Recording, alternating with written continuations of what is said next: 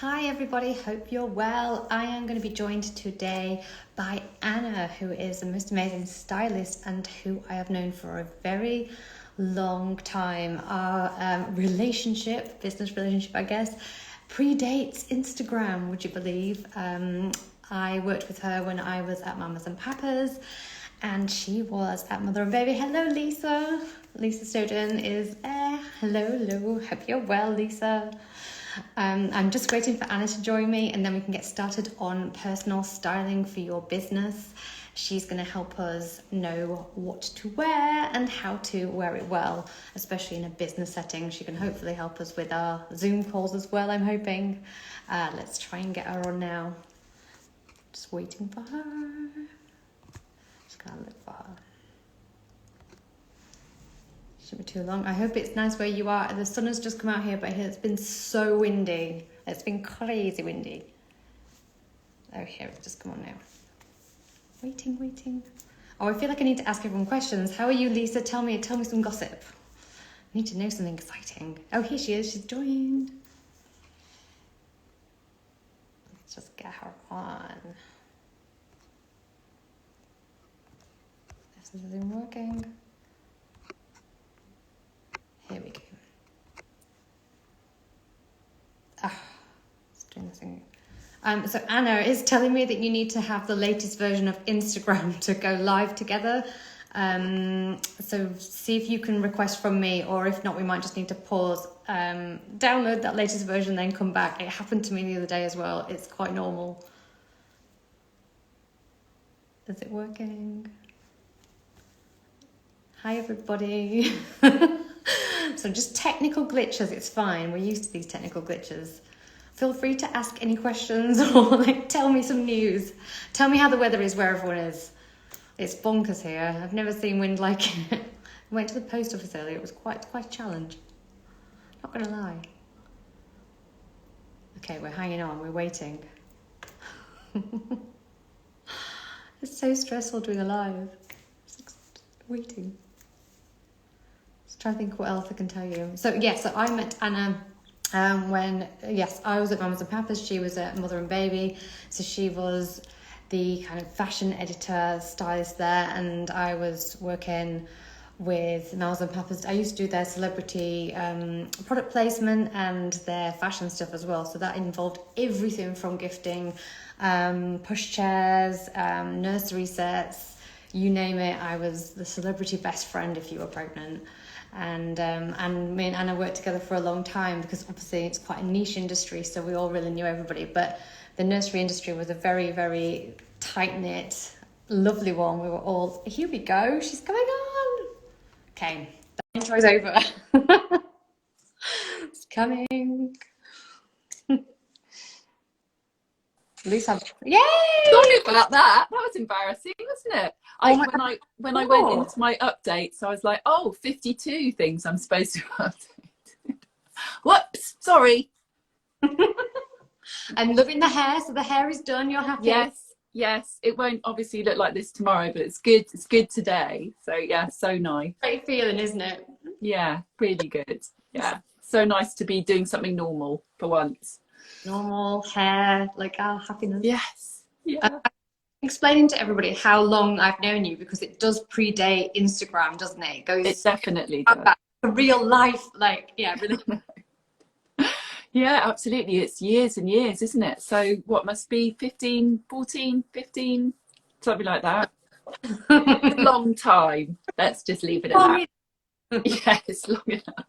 And I was saying it was it's such a lovely industry, isn't it? The nursery industry. I think knew everybody, and we were all, I don't know, it just felt like we were in a little bubble because everything was quite positive. Very positive, yeah. Very positive and smiley and happy and yeah, colourful. Yeah. I'm trying to miss it a little bit actually.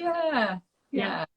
When did you stop doing? When did I stop? I know, it felt like it was only 3.5 years, but it felt like longer because it was such a pivotal in a way. I did so much, fun things that were, coming to London all the time. We were product placing with American celebrities. It was all big. It all felt really stage. So I think, I was there only 3.5 years, but it felt like about 10. I think. Yes, yeah. When did you leave Mother and Baby? God, I can't actually remember. I think I did it for about 2 years maybe. So it was probably finished, I don't know, 12 or 13 years ago. So yeah, so again, it felt like a really long time I did that. But yeah, yeah. So funny, isn't it? Such a long, yeah. But you didn't start in that, did you? You started as a No. buyer, which I didn't actually know that. Ah, yes. Yeah, I was a buyer for a long time. So my first job was at Wallace as an allocator. So an allocator basically is kind of the lowest form of administrative kind of assistant in the buying teams. So they send out all the stock. It's a really important job, but it's really kind of entry level. You send out all the stock, you do all the transfers, and you just kind of manage that whole system. So it's really important. I was really bad at it, but that was my first job. And then I jumped to being a buying assistant at Faith. Do you remember Faith Footwear? Ooh, oh my God. So, yeah, it was huge. It was absolutely huge. It's in Topshop. It was everywhere. It's literally everywhere. So that was brilliant. Yeah, and we had this, like, our buying office. That was a buying assistant. Our buying office was just this, almost like a cupboard, like surrounded by shoes, and we sort of have to sort of edge in there, and you just have all these shoes like everywhere. I loved it. And then a job came up at Selfridges menswear, and I just thought, I'm desperate to be anything at Selfridges, so I got an assistant buyer job there, did menswear for a year, which I loved, and then a job came up in women's wear, and I was like, oh. So I stayed there for 7 years, and it was the most amazing job, and just kind of, went up the steps. It was brilliant. So fashion weeks, traveling a lot, everything you would imagine, and the most inspirational people kind of at the helm. So Vittorio Radici was the CEO at that time, and he was absolutely brilliant. So it was a really fun kind of 20s, early 20s, mid 20s, that whole kind of time. So being in London, and couldn't have been better. Gosh, it sounds like an amazing time. Do you feel like that has been such a pivotal thing about how you now know about clothes? Yes. Much because doing that kind of role, a little bit more than just about shape, don't you? You know about how it's made and all the factories, process. Has that been quite a big thing? It really helps me to explain things to people, but also to understand about fabric and understand about cost, and also that whole thing about people needing to understand why they're paying a certain amount of money for something, and look, you are getting what you pay for, and this is why, and I can break that down for them, and that's really, really helpful for all of us. But yeah, the whole background of that, because I've worked lots of different sides of it, and I think that really helps me to know that I've got that kind of 360-degree view of fashion industry, but also clothing and how everything works in that business. So yeah, definitely helps.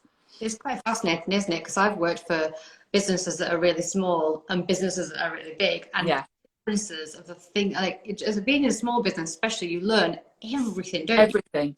Yeah. And even things like margins and all this crazy stuff that you perhaps might not know if you're not working in it, but it really helps you, doesn't it, to have. It does. And I think that's the grounding, isn't it? You kind of need to. I'm so glad I started right at the bottom. I did summer jobs at like Topshop and various other retailers just to get money in between university, and just being on the ground there. And obviously when you're working as a buyer, you quite often go on the shop floor, and you often work the shop floor as well, and that's absolutely invaluable. So anyone wanting to get into it needs to have done that, because you don't really get it otherwise. You can't understand how it all works unless you've got that kind of basis to it. So that's one of my kind of biggest things. You have to have done that really to kind of enter into it. Yeah, until you've tried to sell a product to a customer or they're trying to solve. Yeah. I'm terrible at it. I used to try and be on the shop floor at Donna Ryder, and I'm just never going to be able to do it. Donna doesn't even let me near anyone. No, why? What's the problem? I don't know. Everybody else is so effortless at it. Donna's amazing. And what I really like about Donna is she'll always, immediately almost say to somebody, "Oh, I've got that problem too," or she'll pull it like totally normal, don't panic, because I think that's what people and they like go straight panic zone. Yes, absolutely. I think, and we've all got our, you know, we've all got our little things that we don't like or things we want to hide, and it's I think that sounds like a great kind of in for her, because it's just understanding, and you know, it's women just want to look good and they want to feel comfortable, and you know, what's wrong with that? That's, you know, that's the bottom line, isn't it? Exactly. So did you do like did you do any training to get into your first jobs, or did you just kind of look out what well, a typical kind of 18-year-old, I was like, I don't know what I want to do. I just hadn't, you know, I hadn't got a clue. And I think the career services weren't the best in that day and age. You know, it's like a dusty cupboard with like 2 leaflets in it. So it was rubbish. So I just thought, right, I'm just going to do my favourite subject and not worry about it. So I did history at Sheffield University, loved it. And probably until about year 2, I kind of thought, oh, I'll be a teacher, or I'll be a lecturer, or I'll be a researcher. And that was definitely what I was going to do.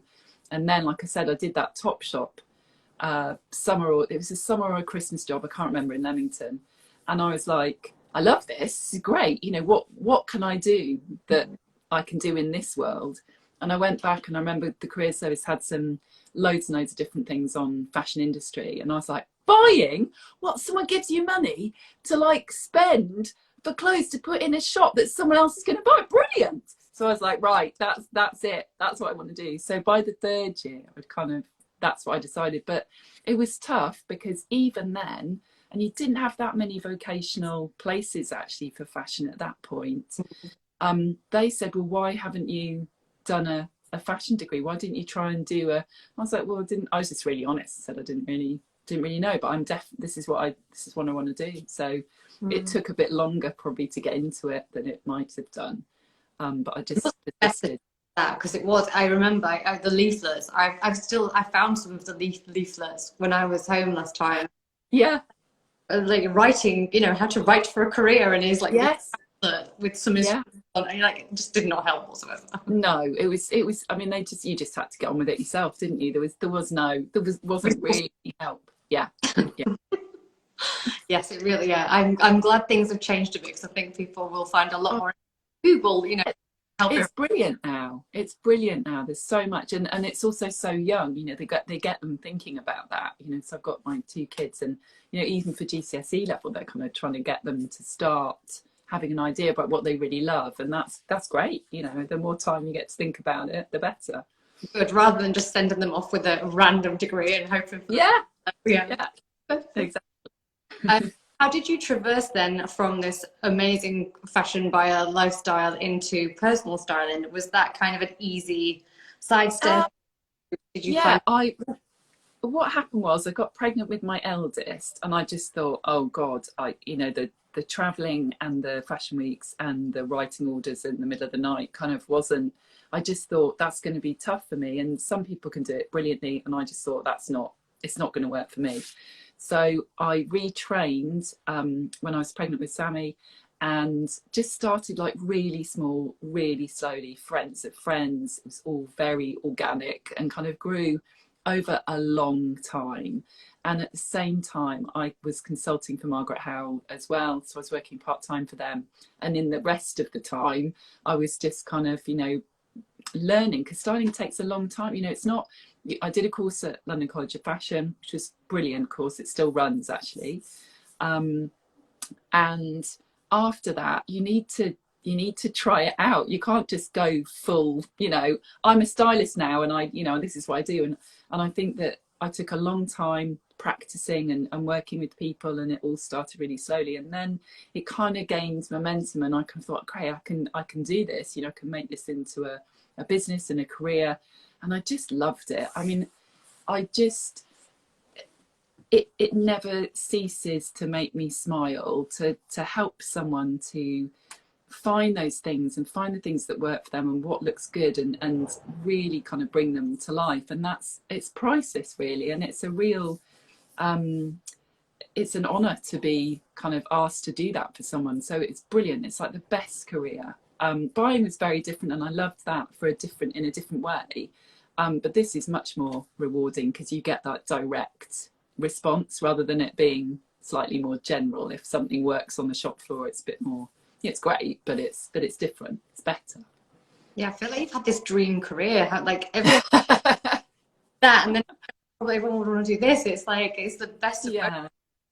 I think it's I'm really stubborn and persistent and I don't give up. So but I think it's like one of those situations where people are like, oh, it's happened overnight. It definitely did not happen overnight. It was years and years and years of slog. And I think people don't necessarily kind of understand that about some of these businesses that look like they've just popped up kind of, it's not like that at all. But enjoyable slog, but that's what it is. What were kind of the key milestones along the way then? Was it kind of like, did you get to a stage where you're like, oh, I'm doing friends and family, but now I'm starting to charge? Did you have those like moments? Yeah. Okay, breathe in, next one. Was it like that? Yeah, it was. It was very organic, so it wasn't particularly kind of planned. It just kind of, just kind of happened, each those new things. But yes, exactly that. You start with friends and family, you don't charge. Then you start charging a really small amount per hour. You practice some more. And then when you start to feel more confident, you kind of think, okay, I'm going to set my fees now, and this is what it'll be for a while.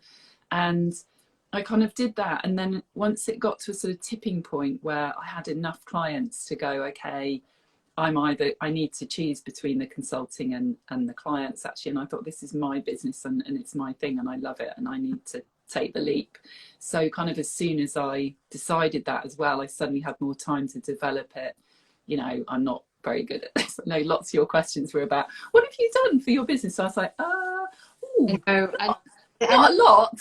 That is the thing. I think a lot of these things are quite organic, and it is how you go. Did you do the business planning? You're like, yeah, people have it all in their heads, but they don't necessarily commit it to paper, because unless you need to prove it to like the bank manager or something, you don't necessarily need to go through that process. So it's a cathartic one to do, like do all the rest of it, but not necessarily if you're like, I kind of know what I'm doing. Like I'm off to the race.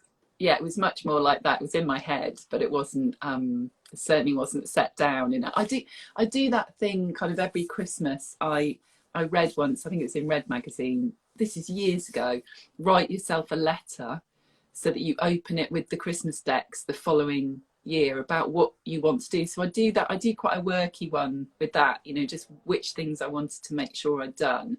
I'm trying to think of an example, but it might be something like, do 30 shopping trips with clients, or I don't know, something like that. But I'd always do that every year. I still do it actually, so that you've got, and it's really fun opening it and going, oh, I did do that, and or you did something slightly different, but it had the same kind of end result. So I'm quite planful in that kind of. I have a sort of dream idea of what I want from the year, but yeah, it's a bit random, I think. It's almost like anytime you make any kind of list like that or commitment to paper, you are bringing it almost into life, aren't you? Setting yourself a to-do list, really. Yeah, exactly. It's great opening it. It's like a mood board, I suppose, isn't it? It's that kind of visualization of where you want to be at this time next year. Yeah, definitely. Where do you add it? So when you get started with a new client, what's the sort of process when working with you? What do you, how do you approach it? I kind of different, or have you got like a kind of plan? Each client's slightly different. It does depend on, so we'll have a chat. Usually we'll have a chat first, and we'll just, they will approach me and say, this is what I'm stuck on, or, what do you suggest? So we'll work it out very slightly differently for each client. But most people, we start with my body mapping, which is kind of my USP. So I look at shape in a really methodical and forensic kind of way, literally every part of the body. We look at all the different lengths and their relation to each other. We look at all the different widths and their relation to each other. So like shoulders to hip, legs to torso, neck length, arm length, all sorts of like everything you can possibly look at, face shape, ear position, everything. So we do that pre-COVID. I would actually draw around people so that you'd have like a life-size map of your shape, bit like a tailor's dummy. So it's not like a chalk drawing. It's it's a proper kind of fashion. It's a fashion shape. Actually, And one. then, yeah, and then we just, I look at all the measurements, and then we talk through why these things are important and how to balance, because everyone needs to balance something on their body. And most of us are are a combination of shapes. So most people don't drop into just one shape. So they're a combination, and therefore it's really important to look at all the different proportions and how they work with each other. And there are tricks for everything. There's a trick for every difficult part of the body that you don't like and that we want to maybe disguise a little bit. So that's what's so brilliant about it. There's an easy trick for each thing. And then I give people a kind of blueprint of what they should wear, what they should avoid, but I teach them why those things matter. So a lot of people come and they go, oh, well, I knew that didn't really work, but I like it, so I kind of kept trying. And that's really common. And you're like, well, actually, if you just did this to it, then suddenly it works. So, you know, it can be tiny little things like rolling sleeves, or it can be a really big shift, like making sure, you know, you never wear a boat neck, for instance, because actually that really doesn't work. You know, it depends what, you know, on the shape. So that's usually the starting point. So we'll do that shaping system, and then from there you can jump to anything, you know, all the things that a normal personal stylist would do, whether that's wardrobe editing, outfit building, personal shopping, all of those things. So it all kind of sits together, and it works really well, and then it kind of flows from there, really. Are people quite surprised sometimes after you've done the measurements and you might Yes. find out that they've never noticed, or like they thought they've never really figured out why? Is it like, Yes. oh right, okay. Yeah, absolutely. And also there's the opposite happens, as in they'll say, well, I've got really, really short legs, and you know, and I'm like, they're not short. I don't know who told you they were short, but they're definitely not. So you know, when you've actually done those measurements, I guess because the measurements don't lie, that's quite fun. And the objectivity of seeing it at scale as well helps, because you can't, again, you're not looking in a mirror, you're just looking at that drawing. And I still do the drawing off a photograph as well, so that they've still got that. It's just a bit smaller. But seeing that is important for the brain to kind of go, oh, okay, this is not, because people have these really set ideas about what their shape is and what works. And you know, those can be set from a really young age, and that's fun when someone's like, no way. You know, that I always thought I had whatever. So I like it because it kind of moves it into a bit of a science realm rather it than, does. Yeah. oh, I just like this green or whatever. It's more, Yes. actually, let's work out what, you know, what exactly you're looking at. And I guess, do you do the same colours and stuff as well? Is there some method behind colours? Yeah, I mean, colour, so I do tonal systems, so I don't like the whole kind of idea of the seasons, because you're not supposed to cross any of them over, and that's just not me. I'm like, well, that doesn't really work, it's too prescriptive. So I just do a tonal one. It's literally like, does this suit you, does it not, and that's it. So you get a palette of, you know, loads and loads of different things.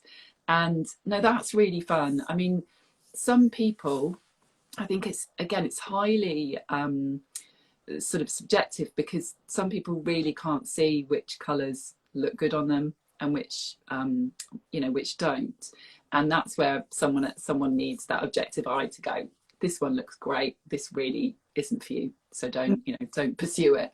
But yeah, that's a really fun. I just did one this afternoon actually with a client, and it's always just a really creative process, and seeing all of that. And then they, you know, so I'll run through it first, and then we'll put the mirror in front of them so they can see. And like I said, not everyone can see that, but you know, it's fun to do anyway. It's such a skill, honestly. Styling, decluttering, everybody who does anything to either interior design, everything that's like sorting things out, I'm like, I take my hat off to you. Like, I can do it, and some people can't, and that's where I think sometimes bringing in the experts can save you so much time. Yeah.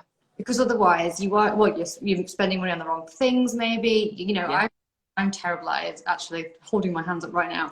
I can't do winter to save my life. Like, I get to spring, summer, I'm like, I'm more comfortable here. I can do that better. But I just don't understand you. What are we doing here? Yeah. So, isn't it? I probably spend more time trying to make it work than I would just fix it.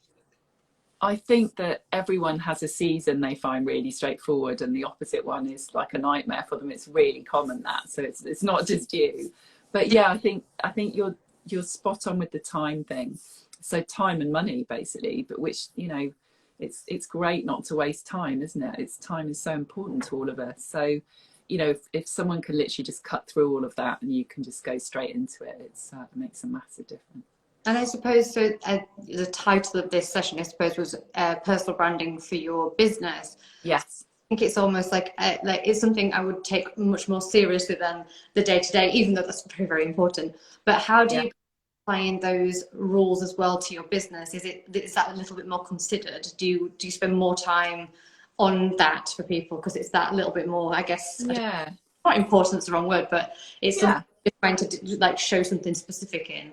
Yeah, it really depends on the client and where they're at and what they're doing. But yes, for my corporate clients, we work a lot on that basis. And one of the kind of starting points for that is thinking about certain words. You know, how do you want to be perceived? What do you need those people, especially sort of forward facing businesses, what do you need those people to think about you when they first see you? You know, it's like a split second. It's not even 3 seconds or 7 seconds or all of those different things. It's immediate. You know, someone has decided who you are so fast. So, you know, we come up with some words. So, you know, we'll work on some keywords that could be approachable, for instance, in which case you can think about colours like blues, which are really trustworthy. And they're also kind of an efficient thing. So uniforms are often in blue, and you know, that's one of the things you can kind of play with. You can look at signature parts of your style as well. So maybe you'd want to say, well, actually, I'm also a creative in this industry, whatever that industry might be. And then you want to think about maybe a bit more colour, or an interesting earring, or an interesting scarf, or something that becomes a bit you in the process. So for me, you know, one of the things for me is massive rings, big jewelry. I always have it. I mean, COVID was a real killer for me in that respect, because obviously the rings, you can't keep doing the kind of hand washing and taking it. Yeah, so that really, I'm like, they're back. So I mean, I'm still hand washing, don't get me wrong, but I'm kind of getting back into my rings. But whatever that thing might be, it could be a tiny thing, it could be red lipstick, it could be anything at all, but a couple of little things that you kind of own that become your signature as well within that whole kind of everything you're wearing that you always maybe do. That's another kind of way of thinking about it. But it's a process again, and it takes time to kind of get that right, but the words are the starting point. And also, you know, we should bring something of ourselves. You know, that whole authenticity thing is so important, and I don't think that you can't learn that. It's there or it's not. But I think people really, especially now, actually probably appreciate it more. So again, what are you going to bring from you, from your actual base character? What are you going to bring and show to other people? You know, again, whether it's friendliness or approachability, and you need not to be too stiff in the way that you dress if that's one of the things that needs to happen. So there's loads to that. You know, it's complicated and layered, but really important to get that right. And you need to spend time kind of on the wording first, and then think about what that actually means to you and what that translates into in terms of clothing and accessories and kind of everything you do. I love that, because people can, you know, we can all sit down and really think about that. Yeah. Before we start, you know, and trying to find a stylist or find help or whatever, you can really try and think what you're trying to, I guess, achieve from what you're trying to say, I suppose. Yes. There's a lot going on, isn't there, actually? And I think, how do you think about if somebody is a small business and they have got, you know, branding already for their business, which probably will have taken into account their character already if they're a small business. Yeah. That's the kind of thing you would consider in clothing as well. If, you know, would you want it to be complementary? You know, is it ideally, I think so, because the colours that you're choosing for the branding should be reflected somehow. It doesn't have to be, again, it doesn't have to be in a really obvious kind of big way, but it could be just in accessories that you choose. You know, they have those colours in them or something. I do think that, again, that just sends a message, doesn't it, sort of subliminally, that you're it's all cohesive to your brand and who you are. But getting that right in the first place is tricky, isn't it? That branding thing. I feel like once you've almost set it, you then suddenly start seeing loads of things that are complementary, and suddenly you things, and it's almost like once you've, like you said, done the strategy work, I guess, like done that initial thing, suddenly to be easier and more. But yeah, you have to do the first bit, don't you? Otherwise, you just like you do. And sometimes I think that's just responding, isn't it? To, you know, okay, it's great if you have a really talented graphic designer to help kind of tease that out, and you've thrown in lots of pictures that you like, and they come up with something really special. But yes, it is the response to that, isn't it? And then going, right, this is definitely it. Whether it's super simple or something really flamboyant, you can definitely see that all the way through. And I suppose since we're on Instagram right now, pulling that through then into your Instagram, how considered do you think we kind of should be in that? I know I get torn between that, like, oh, we should totally have fun with Instagram and not think about it all. And then I'm like, but also, you know, consistency. So I find myself a little bit torn. Where do you think there is something in that? I definitely do. I mean, I think, as you can probably see from my Instagram, it's very authentic. It's very to be honest, I haven't considered it so much in that way. I do with the website. I think the Instagram thing for me has just been a bit of a shop window, kind of, this is what I do. You know, it's all very random. I do it as and when I can. It's all a bit kind of skin of the teeth stuff. So yes, I think maybe I haven't thought about that enough. And I think that if I was doing it again now, I probably would, having kind of learned more over the past few years about it. But I think as long as you've got an authentic, real voice going through there, hopefully that it's obvious to your followers and your potential clients. But yeah, mine could be a lot slicker than it is. When you sent me the questions through, and I was like, oh, nope, I don't plan it. No. Do I have all these things? I was like, yeah, the answer is no. That's gonna be a really short conversation on that. I know sometimes I read them and I'm like, I don't even do. I mean, sometimes I plan. Like, I go through phases where I'm like, everyone should plan. Like, we should all plan. I'm planning, and then I only planned for a month, and now I'm out. I'm like, that's good though. Planning for a month is good. It's better than mine. We're always just trying to do our best, I think, aren't we? And I think authenticity is the right thing. Like, if you are being authentic, you will be on brand, kind of. So yes, exactly. You're struggling a bit to find where you're sitting, and that can be exactly the right time to really sit down and think about what you want your business to be, what you want, your personal brand to stand for, what's important, and then those things become a lot easier. Don't they? Find your why. And to be honest, I mean, I kind of wish that I'd had someone like you to kind of go through that with me right at the beginning, because I just kind of joined and just kind of did what I thought, and it wasn't the right thing right at the start. And it does take, you need someone to help you kind of cut through all the noise, because there's so many things you could do, aren't there? And actually sometimes you just need that distilling down of kind of going, right, these are things that are important. Actually, let's just focus on these 3 or 4 things, whatever it might be. And I wish I'd had that to start with. It's all a bit chaotic, to be honest. But things like that, though, I always do say you're better off putting something up than nothing, because the way to test and find out what your audience wants is to actually put things up. So if you're trying to be too perfect, really niche it down and work it out and look perfect and do all those things, and you don't do anything. Yeah, true. You're like, oh god, perfect. You just spin. Circle and do everything. So I think a little bit of planning I really do in strategy, but sometimes like you just got to get on with that and put things out, see what your customer likes, isn't it? Yeah.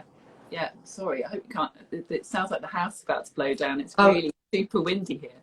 So windy, it's crazy. Yeah. Where is summer? I just don't think we're ever going to get one, are we? Oh my god! I know it's my birthday next week, and it's normally so often a heat wave next week. And I'm like, hello, it's not even 12 degrees today. What's happening? I know, it's freezing. No, it's miserable, isn't it?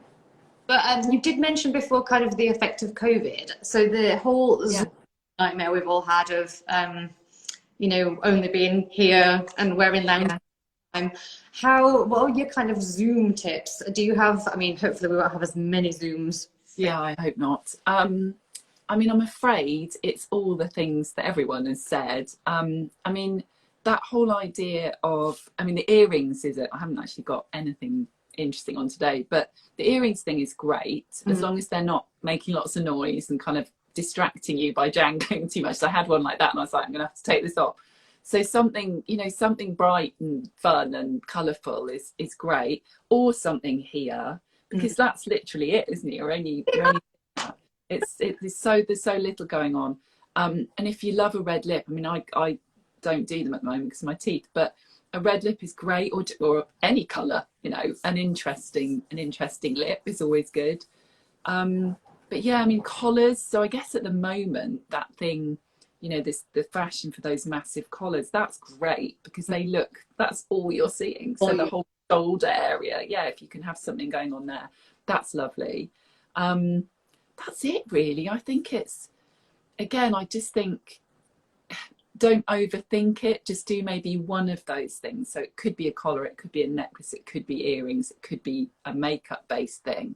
And that's it. That's kind of all you need to do. It's not rocket science, and it's not, you should just have fun and enjoy. But a bit of colour goes a long way, because I think if it's too, black doesn't read terribly well out on screen. So anything like that, stripes aren't great either, but just something, bit of print, bit of colour is always nice to see, even just for the, just for that bit of zhuzh from the other for the other person, really. And what do you think? Because I had an in-person work meeting on last Friday, and I was like, how exciting! I was like, what do I wear? I know. Remember how to get dressed. And it felt, I was like, I can't go too OTT because feels really weird to put something really smart on. Is that how are we going to get from where we have been to in the world again? I mean, there's loads of that. There's loads of great relaxed tailoring. So super comfy. A lot of it's elasticated. It's very it's very loose and relaxed, and they're softer fabrics. So that's really easy. Whether it's a jacket you throw on. There's some great knitwear pieces as well that look quite smart. So there's quite a lot of those kind of polo tops almost. So you've got a couple of buttons here and then a nice little collar. They look great, just with even just a sort of baggy wide trouser, something like that. So definitely stay really comfortable, because I think most people want that. You do not want to feel trussed up. The second you feel trussed up, I think you feel awkward and restrained and restricted, and I think that we definitely don't want to feel. We want to feel relaxed and comfortable and calm. It could be a knitted hoodie or something that's just a little bit of a step smarter than your fleecy one you've been wearing around the house, but just it's taking it quite simply, I think, and thinking almost more about the comfort side of things first, and then seeing what kind of appeals to you in that. But it is weird. There's definitely a sense of that kind of, oh God, that sort of panic about, even for someone like me who does it for a living, that whole, what's the most appropriate thing to wear? Like you said, I mean, I met some girlfriends for dinner last week in the garden, and I was like, I'm just going to go like crazy big, because it doesn't matter, but real party kind of stuff, and that was really fun. But then the business side of it, you like you said, you can't really do that. It doesn't feel right. But there's tons of, I mean, in store there is tons of very easy, comfortable, soft pieces to really break you in gently. Or a dress is always great, because as long as it's not a super fitted thing, that's always good, because it's one thing, you don't have to worry about it. It's done. Great pair of shoes and you're off. Yes. One piece. That panic once you start, and then you overthink it, and then you end up being like, what am I wearing? Yes. Yeah, I think that always happens if you spend too long kind of deliberating about it. Yeah, it was taking off the last accessory you put on. Is it Chanel? Or was that Chanel? Yeah, it does. I mean, it doesn't always work, but it can for some people. And I want to talk to you about your Instagram because it is fantastic. Your IG. Because I love how like it just feels like you're just talking like like you're just In talking. my bedroom, yeah. You're like just telling me like, and it's I don't know. People don't do enough of the detail, do they? So it's really like, Yeah, okay, that's what I should be doing. Was yeah, that super organic then? Were you just like, I'm just going to tell people about yeah. what?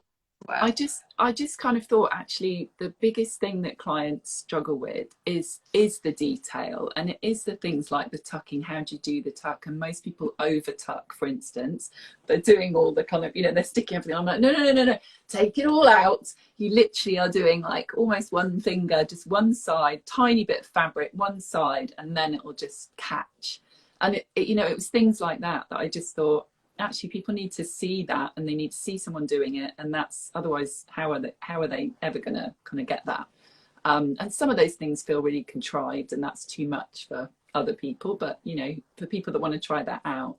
So yeah, it just kind of started from really just thinking about getting dressed and what the nuts and bolts of that are. So it's like I said, it's totally random. I'll just suddenly think, today I'm going to talk about this collar that I'm trying. It's so not planned and thought through. So it's very reactive depending on what I'm up to, and also time. So. Yeah, I was going to say you must be super obviously really in sync with your customers. So it's probably real time having every day. It's not like totally right. It probably is what we're all thinking. Yeah, it's a reaction.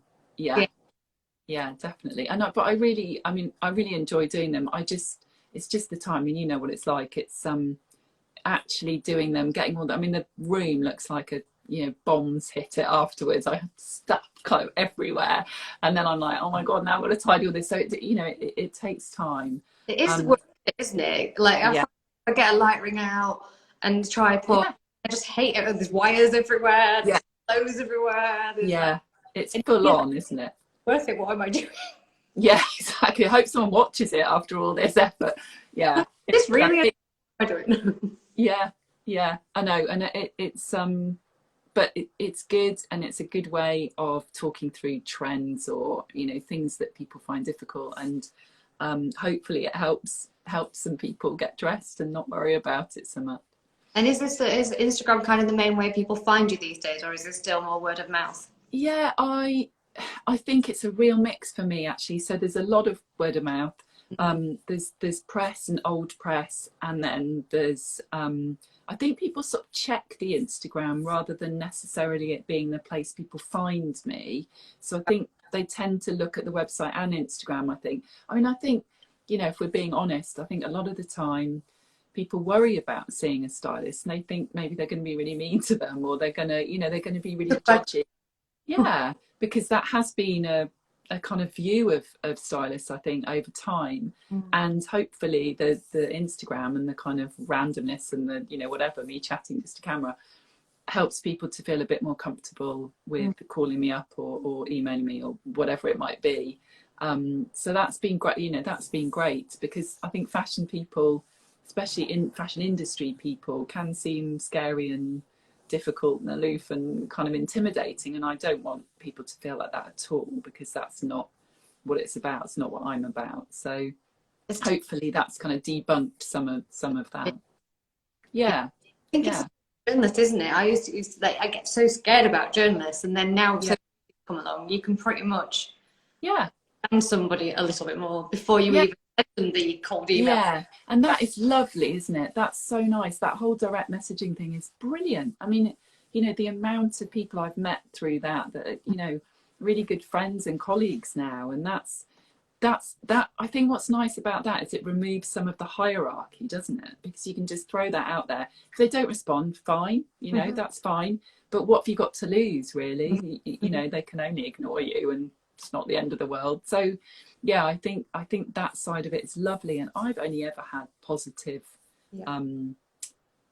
experiences on Instagram. I know not everyone has, but I don't, And actually, it's about the press then. So you mentioned you've obviously been in plenty of press. How did all that come about? Are you just amazing and in there? Did you try to get in there? Like, is it just natural again? I think it's just natural. I mean, I do think there's an element of luck involved, you know, right place, right time stuff. So when Anna Murphy first wrote about me back in 2018, I used to pitch some ideas and write for Stella magazine at The Telegraph when she was still there, and I'd never met her, but I pitched to one of her colleagues and we became friendly actually, and I did her wardrobe and various different things. Kate Finnegan, lovely Kate Finnegan. Oh. And she'd mentioned me to Anna and just said, you know, she does some really great stuff, you know, why don't you have a think about seeing her? And we tried to do various things and it just hadn't turned up. Anyway, I then did this body map with her and she wrote about it, and sort of overnight I was like, oh my God. I mean, the emails just kept coming and I had a bit of a panic, because then you're like, it's just me, I'm not sure how I'm gonna do this. And you know, it was quite wonderful but absolutely crazy, and I was absolutely just flabbergasted by the whole thing. I couldn't believe it. So that was amazing, and I can't thank her enough. It was brilliant. It was a big break, so that made a really big difference. And then I kind of became known for that. She told Lisa Armstrong then came in, yeah, 2020, so or 2019, I can't remember now. It's all blurred into the last year, hasn't it? But yeah, so I've just been really lucky, and I did something a little bit different, I guess, and that's always interesting, isn't it, to press people to have a new angle on something, especially if it's something that has been talked about a lot, which body shape definitely is. Yeah.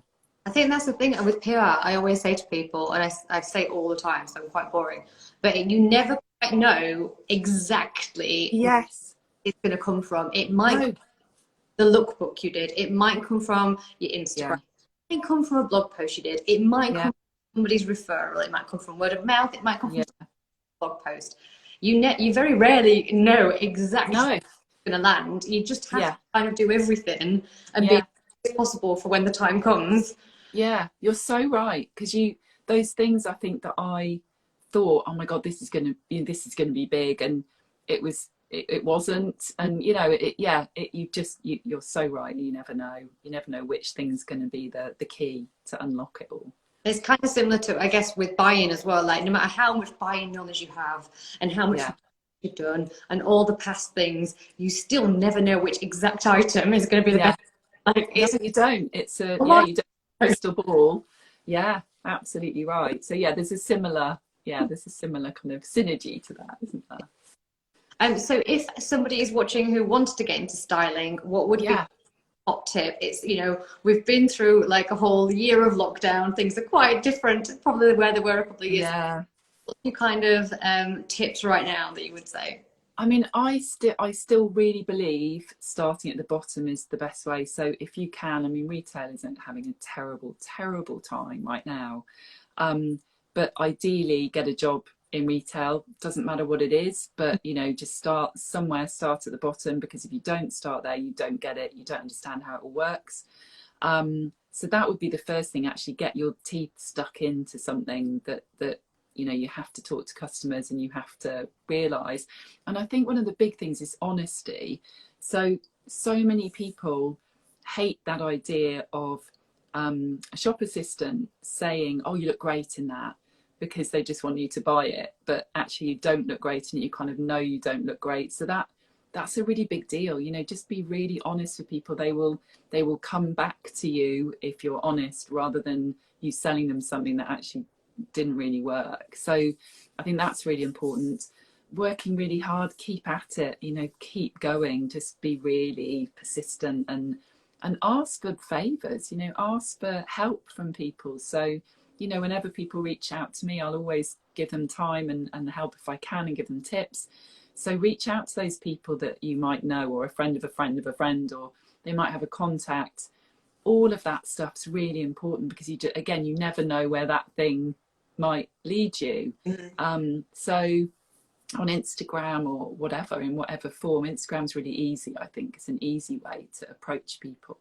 But ask for advice, ask for help. You know, it's so much better than it ever was before. And you know, so many people will respond to that, because people generally love to help other people. So true, isn't it? Donna Ida's just yeah, she's like, they're doing well for in the retail sense, and she's really good with, like, she's always been super.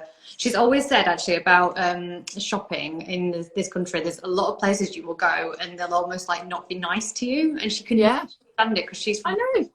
and she's like, but you've got things you need to tell me, I don't understand. I know. I do think that's a really, you're going to get me onto one of my soapboxes now. Oh, But I think it's a really big problem with UK retail, especially at that kind of department store level. Some of the boutiques are brilliant at it and others aren't, but you know, they tend to be a bit better. But department store level, there isn't enough staff. They're not well trained enough. Some of them appear not to care whether you even need any help in the first place. They're much too busy chatting to their mate. And it's, you know, it's kind of like, it's a great job when you do that right. It's a really rewarding, it's hard work, it's tiring, absolutely, hands down. It's a really difficult job. But at the same time, it's a great place to be, and you're right in the center of things. And I think that they need to be better paid, they need to be trained better, they need it to be a really kind of a job you can get your teeth into, rather than it being seen as this kind of low level thing, because it's not seen like that in the continent or in the States. You know, the service you get is amazing in so many other places, and I think that's a real shame, because it wasn't like this maybe 30, 40 years ago, but it's kind of become like this. You know, also, if you go into somewhere like John Lewis and you want to buy a laptop, you get brilliant advice, you get expert advice. You're in there for quite a long time talking about all the different things. You don't get that in fashion or, you know, on a shop floor in the same way at all. Sometimes you get negative kind of attention, don't you? And it's like Donna Ida was saying, I'm just like, what? Why are you not smiling at me? Why are you not saying hello? Yeah. Why are you not asking if I need help? I honestly beggars belief quite often. I know I've had thing. One of my worst ones was, I think I was trying to try some bikinis on in. Oh, and that's a terrible thing to be trying. Honestly, it's like really like. They were very much like, because I was like, I can't find this massive floor, and I was like, I just can't find like my size anywhere. They're like, oh yeah, you better order it online. So oh great, thank you. I've come into store. So funny that they're not open anymore. I mean, but what do you think? Been stacks of changes in this industry, hasn't there? As we both, what do you think the future looks like for guys retail, fashion, and? Well, I'm really hopeful. Actually, I think that, you know, it's been brutal, and obviously so many people have fallen, so many businesses have fallen in this time, but they probably did need to, and if they couldn't survive this, then something wasn't right in the first place. And I think, you know, it's just accelerated things, hasn't it, like tenfold. So it's speeded up that process. So I think we need to make sure that we can try and make some of those things positive. One of the things was what we were just talking about, retail training, that whole idea of making sure that people know what they're talking about, and they're happy to do that, and they're doing it in the right positive way. So that's one thing. You know, the sustainability thing, you know, they need to be dealing with this. I was listening to Stella McCartney talk about this the other day. There's so much work to do there, but until the government legislates on that, again, that's, you know, there's no reason for brands to have to do what needs to be done. And it is difficult. Like, it's easier for a new brand to start and have a good relationship on a sustainability level and start in the right place and start as they mean to go on. It's much harder for people that already have that whole infrastructure and have to change it. So it is difficult. There's no two ways about it. But consumers are getting much bolder about asking the right questions, looking for the transparency. That's brilliant. You know, do that as much as you can. I really hope that we can get back to almost a slower pace of things, where people consider where they buy less, but they buy a lot better, which I do now personally. That they look after things, that we mend things and we keep things and we treasure things, rather than it being this I hate the throwaway fast fashion thing. You know, and people are always going to want new clothes. I think it's unrealistic to think that that's not going to happen. And I would find that a bit kind of, you know, I couldn't not buy anything new again. And I'm, you know, I don't pretend to be sort of an eco warrior in this instance, but I'm trying really hard to look into the background of things, and I'm consuming a lot less. And the rental market's amazing, you know, that's growing. I think that's going to be brilliant, and certainly for those one-off things, you know, weddings and the party, and you want to wear something, how amazing to just rent something and have it for a few days. Just brilliant. Hanging in your wardrobe for the next exactly. And then feeling bad because you spent quite a lot of money on it, but you only wore it once. I mean, that's crazy now, isn't it? It's crazy to even think about. Yeah. So lots of really positive kind of hopes, but also realizing that's very challenging for businesses to deal with. Traversing that, isn't it? I suppose, like sustainability is, you're not like, it's on every marketing plan you see now. It's like, yeah, it's always on there. And I think that the more we are trying to move towards better play, like we're better now than we were a year ago. And absolutely. Absolutely. And also that young generation are the ones really pushing for the answers, and that's brilliant. You know, that we need more of as much of that as we can get. But also that inclusivity is getting a little bit better. Size ranges, I mean, that needs looking at. You know, you've got petites that can't buy anything without having to have it altered massively, and then you've got the curve end of the spectrum who quite often just can't find the right thing that they want in their size. I mean, the average size is a 16. It's criminal. It really shouldn't be happening now. People shouldn't be scrabbling around and feeling like they're not as important as a size 12 because you can't get their size. So that really upsets me as well. I just think it's not right. That has to be dealt with too. So lots of work to do. Lots of work to do. Right, we've got 3 minutes left for you to tell me what is next for you then. What's next? What have you got coming up this year?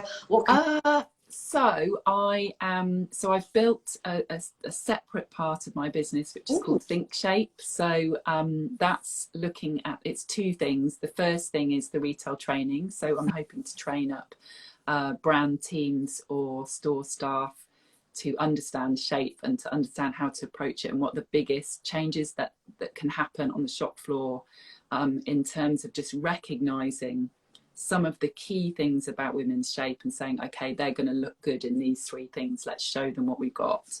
So just, you know, an idea of starting up that training program. So I'm really excited about that.